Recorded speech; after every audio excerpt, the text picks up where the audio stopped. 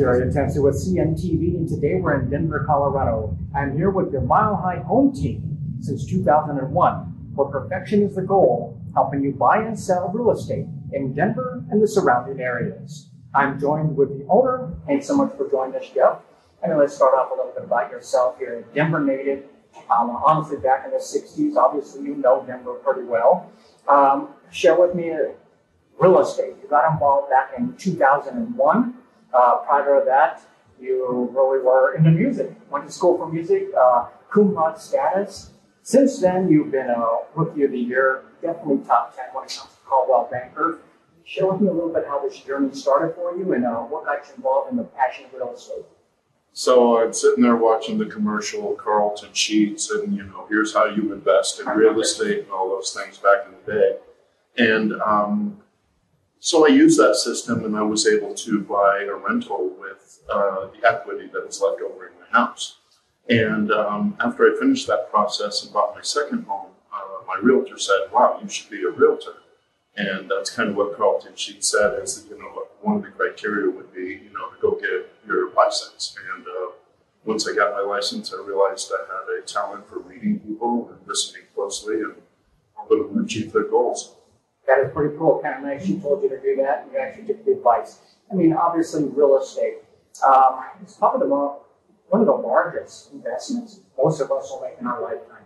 Very important, it's exciting, but yet at the same time, for a consumer out there, it's overwhelming. Why do you feel that they need to have a professional in a corner today more than ever? Well, a realtor that's been around for a long time has gone through at least one cycle, and by what I mean is the highs and the lows, and they can tell you the different things that happen in between. So, for instance, different subdivisions lost a lot of money when the market crashed. Other ones held their value. So that type of information is really invaluable, so that people understand when you're making those type of investments that you're making the best investment that you can, or at least you have that knowledge to put in your toolbox to make the best decision. That is interesting. Well, we live in Denver, Colorado. Quite honestly, I have sat down with some great realtors out there, but I'll be honest, it's kind of hard to find a great realtor. We're talking about 9,000 realtors all across the Denver metro area. On top of that, we're looking at when I crunch the numbers, I realize that they say the top 20% are the ones that are doing the heavy lifting, actually doing the closing, and even of those, we're not talking superior service. Do you think that really places your team up at the top of the list? I do, and it was actually 9,000 back in 2013, and now it's over 46,000. No. Yes, 46,000 realtors in the Mile High area alone. So it's something like 12 realtors for every house that's out there. That's some crazy stats. So obviously that puts you up there pretty well. Let me ask you this. Obviously, people out there, they're happy to sell their home in 30 days. That's pretty quick.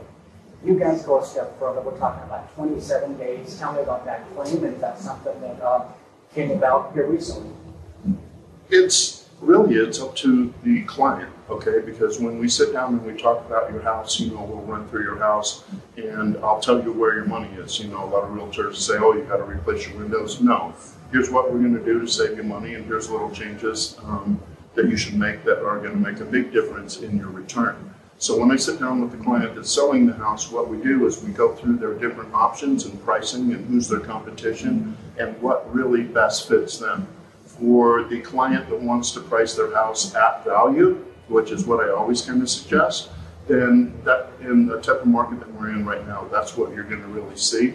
And we just put a strategy forward, and then I spell everything out versus pricing a little high, versus right at value, versus a little low, and then I show you the open road, and then the client makes the decision that's best for them. That is interesting. We're both Colorado natives. We've seen some major changes in the past 2 decades. A lot of people moving into Colorado. For those folks that don't know much about the area, I imagine someone like yourself who knows a ton of the area, are you able to help them really navigate the different suburbs and what have you, maybe in terms of schools or even safety in such areas? All of that plays a part. So, if you're brand new coming here, what I like to do is spend at least a day and schedule things in different neighborhoods and different areas, and there's no expectations from the client at all, other than I just want to give you the knowledge that you need to succeed. when you're going from each area to each area so that you get to see it for yourself and decide what they like and where they'd like to live, in proximity to where they work, etc. Interesting. And you've lived here in Denver, but you also work here in Denver. You've built probably a network of professionals, be it contractors or if someone out there selling their home, they need a little help, because you find many times the simple fix-ups can actually yield a pretty good return when it comes to selling it. Yeah, and I mean, that's a big deal. So if you're selling your house, one of the things that I offer for free is to come over to your house or walk through the entire house. I'll show you little things to do, little things not to do, and save you as much money as possible. And on top of it, after being in the business for 20 years, it's a big factor to have contractors that I know, that I can trust, that I put my name to, that are going to be fair, show up, do the work for the amount that they said. And it's a huge deal rather than going to Angie's List or calling someone that you don't know. That's interesting. And I look out there and I still see people have a for sale by owner sign. It kind of shocks me because of the fact that more than ever, it seems like it's important to line up a professional, especially when it comes to pricing your home. Mm-hmm. I mean, if you put too low of a price, you just hurt yourself. Put too much, it's going to stay on the market. Is that important for you to kind of walk them through it and make them realize what their home can actually yield for them, and instead of them trying to save a few dollars do it on their own, they actually do better with professionals? Yeah, and it's just one of those things where every client's just a little bit different in how they think and all those things. And, with the real estate prices as high as they are right now, the commission to both realtors is a lot of money. And it's like, I get it. And sometimes it's just sitting down with them and helping them. Sometimes they just need a little information to do it themselves. And then they will gain the trust in you that if they want to proceed forward with a realtor, that might be an option for them, and what that really means. Because what they really don't understand, to be honest with you, is the experience that comes with a really good listing agent, because just the knowledge of negotiation, whether it's on the inspection items or whether it's finding a contractor that'll do something cheaper, or no, we're not going to do that. And when you get a realtor like that, I mean, they're worth their weight in gold. It just kind of depends what the client's comfortable with. And I think really it's just a matter of, if they trust you, then you've got it, and just continue forward with that, and make sure that they're taken care of. And I feel like you got to be a doctor on call in this business, because like you said, this is the biggest item that they're ever going to buy or sell in their life. And realtors make pretty good money. So in my opinion, you better be a doctor on call and answer the phone when you can, and if not, as soon as possible, and make sure that they're attended to so that they feel really comfortable, and they're not sitting awake at night wondering what the... Goes back to what you said about reading people, knowing exactly what they're looking for. I mean, obviously your team is big enough to serve anybody out there, yet you're small enough to really care and get to know them. One of the things you go by is the fact that people don't care how much you know, so they know how much you care. Right. Tell me why that's important for you, making sure that that if there's communication open.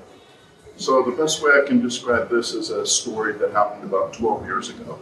And at the time, I had a team of 7 agents, plus myself, plus 3 assistants, and we were actually the #1 team in the whole Mile High area. And then one day, I'm on my way to go play golf, because I had my business set on overdrive for the most part. But anyway, and I get a call, and it's just a young couple. They had fixed their credit, and they wanted to see a $170,000 home down in Thorpe. So the first thing I did was called all my agents. None of them could show the property. And so I canceled my golf, and I'm perturbed, Yeah. And I show up, and it's kind of funny because we're still friends, and they can remember me not being the happiest individual. So anyway, I show them the house, and they're extremely pleased. They want to write a contract on it. And as I'm leaving, their little 3-year-old just runs up and grabs my leg and tells me he loves me. And it was at that moment that a light bulb went off. Amazingly, I was very unhappy. And I had forgotten the reason that I got into real estate. I wasn't dealing with people anymore. I wasn't helping them. My team was helping them, and that wasn't me. And in my opinion, happiness has everything to do with working with people and helping them achieve their goals. And for me, that adds a lot of happiness. And so it was within a year, I disbanded my whole team. It's down to me, an assistant, and 1 other agent, because that's all I need. Because now I have the time to give every client the attention they need and make sure they're well taken care of personally with me throughout the entire transaction. There's no assistant that's going to be talking to them or anything like that.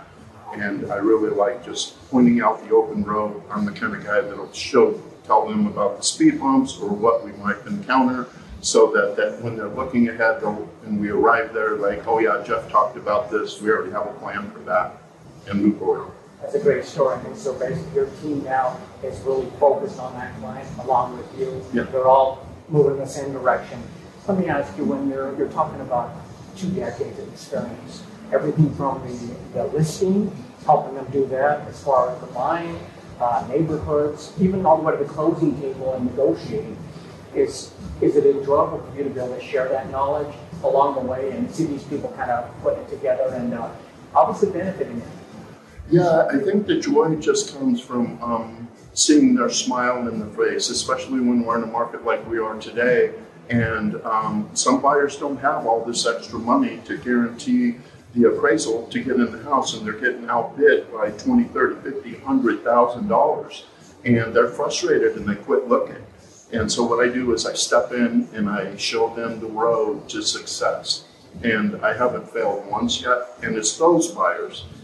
I've got one coming right now. He's a VA. He doesn't have a whole lot of money, and I'm going to show him how we're going to succeed so we can actually get him into a house. And it's just those little things like that the experience really plays into how we accomplish that. And it has everything to do with your strategy, when you put in your offer, when the property comes on the market, the negotiation, who's the listing agent, getting that relationship with the other agent so that, and you wouldn't believe how many times it plays into it that the other agent likes you and you don't have the best offer and you're still going to get the deal because they'd rather work with you because they know you're a pro. That is impressive. I mean, obviously, you're able to handle all aspects of real estate out there, but one of the niches that you know quite a bit about is that of bank-owned real estate, being in foreclosures. Share with me how that niche can be beneficial to an investor out there, and not only beneficial to an investor, but obviously to anybody who wants to get a great deal. Well, the foreclosures, I'm just going to tell you, I'm going to bust the bubble right now, because the whole thing on the foreclosure and getting a great deal on a foreclosure, I'm sorry, it's a myth. And I probably sold about 400 or 500 in my career. You know how many were actually a smoking deal? 1. And that's because they wanted it off their books at the end of the year. Now, over time, as the equity gained, yes, they were all good deals. But for the most part, the bank's putting it on the market, or they're putting it on the market at the auction to get as much as possible. And what we're seeing is all the margins going down as the auction or the bids go up. So the reality is, can you get a good deal? Yes, but where's the numbers that make sense for it to be a good deal? And just be ready for your bubble to be burst on whether that's an actual house that we need to move forward on or not. Very honest to lay it out just like that. Let me ask you this. At the end of the day, for you, it's really not about the sale, because to you, real estate is about people. And you learn that a little bit later in your career when a 3-year-old tugged at you and kind of woke you up in that way.